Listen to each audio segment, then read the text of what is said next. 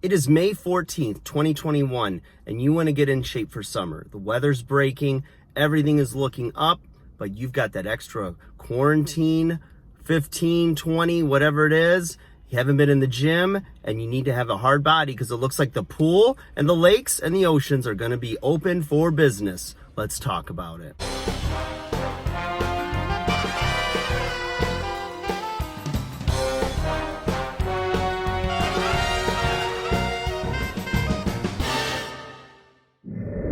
Hey guys, welcome back to 5nothing100nothing.com.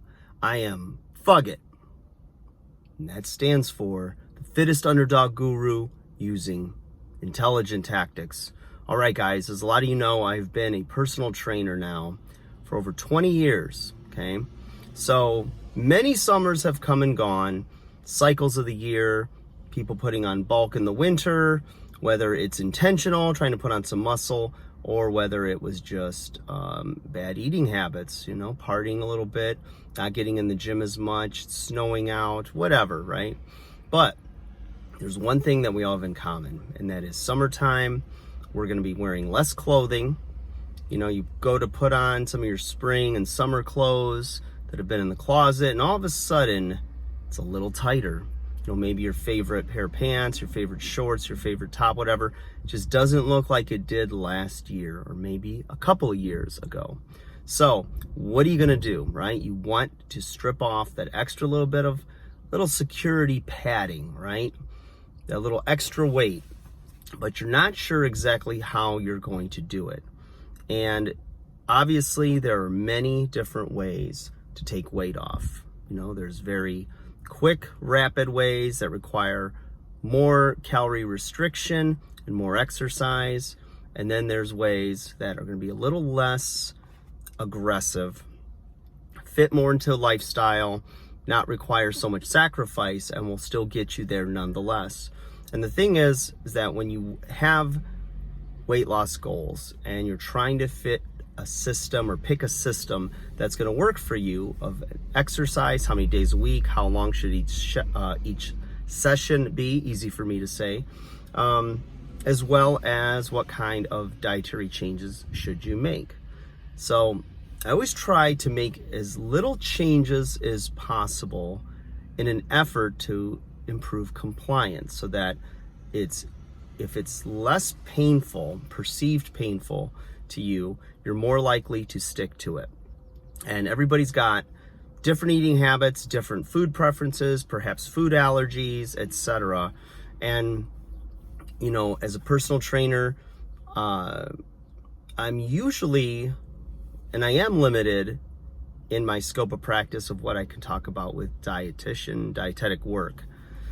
But I can definitely give guidelines and talk about the different systems that could work for the individual. So if you're trying to do this in the most expedient way possible, then obviously you're going to have to cut your calories. Excuse me. Allergy time, baby. You're going to really have to cut your calories down and amp up your calorie burn. It's simple math. It's going to get you to the path ASAP. Now, depending on your overall health right now, what your work lifestyle is like, as well as, like age and other factors, I don't always recommend that you drop your calories significantly, but I like to take an approach that's going to have you still nourishing your body, staying fueled up so that you can work out, but just enough that you're covering your nutritional needs, but you're also still creating calorie deficit. Now, getting rid of calories, you don't always want to just start with, I got to drop my overall calories, in my opinion, because I think you overall also want to maintain good health. So let's look at the calories that are the empty calories, the things that you can get rid of now that may or may not have you having to drop more calories when it comes to your food intake. So starting off with alcohol. Alcohol, number one, not only is it going to add calories to your diet, but it's also going to play with the hormones, right? So your hormones could be thrown off a little bit. Your natural testosterone production could get suppressed from it. So getting rid of alcohol first and foremost is going to help you big time, okay? Now, if you have that one day a week where you might have, just, one drink on a weekend, you may not have to cut out alcohol consumption. You should be fine with that 1 to 2 drinks in a week, not a day, in a week. If you're drinking 2 drinks a day, obviously cutting down to just 1 or 2 days a week is going to significantly help you as well. The other thing is getting rid of sugars, right? You don't necessarily need sugar in your diet. You can get rid of anything that is, number one, sugary, like pastries, ice cream, sweets, chocolate, things like that. These are not essential calories. You don't need them. There's no nutritional value that is going to sustain life or improve your health. So you can get rid of that, or greatly reduce it. Like I said, you can get rid of, if you need to go to another level, you don't drink, you're not eating sweets, okay, processed foods. Are you eating chips and snack foods? Those things can go. Cereal can be substituted for oatmeal, or, eggs and some lean protein, things of that nature. Some people ask me about supplements, and supplements are just like the name. It's to supplement a good diet. It's not to necessarily replace it. There are meal replacement powders, shakes, bars. Those are fine. I like to use them as an emergency where you can't get to a healthy meal. So instead of pulling into a drive-through, you've got, half a dozen protein bars, maybe some mixed nuts if you don't have a nut allergy, and then some fruit as well. And that helps to give you some sustenance to keep you from going over the cliff and eating something that is not in your diet when you get too hungry, right? You go past that point where you're famished, and now the hunger hormones kick in, survival hormones kick in, and then you just want to eat everything that's not nailed down. Drinking more water, getting rid of soda, getting rid of sweetened beverages is going to do wonders for you. If you're a coffee person and you tend to have the frothy coffee that's basically half sugar, half coffee, by eliminating that, if you can't go to something like a skim latte, which is basically coffee and skim milk, then it's better probably just eliminate it altogether. You're going to probably have that caffeine crash, that caffeine headache. You could deal with that by getting a caffeine in a supplement form, which is usually 100 to 200 milligrams of caffeine, and maybe popping that as soon as you start to feel that caffeine headache come on. And that'll also kind of give you a little bit of a metabolic jolt and give you a little bit of up energy, right? Not down energy, up energy, whatever that means. Yeah, so anyways, doing things like that. But, if you're an exerciser already, then it's probably nutrition that needs to be worked on. If you're trying to, there's a bee, I don't want to get stung. If there's a amount of exercise you're doing a week, like if you're clocking in 6 hours of exercise a week, you probably don't need to add exercise to your regimen. You're probably doing just fine with the amount of exercise you're doing. So, taking that off the list of to-dos or things that you need to add to your routine, that's probably not going to be a factor. Maybe intensity of exercise, maybe types of exercise you're doing. Like if you're usually a machine person, use dumbbells. If you're comfortable with them.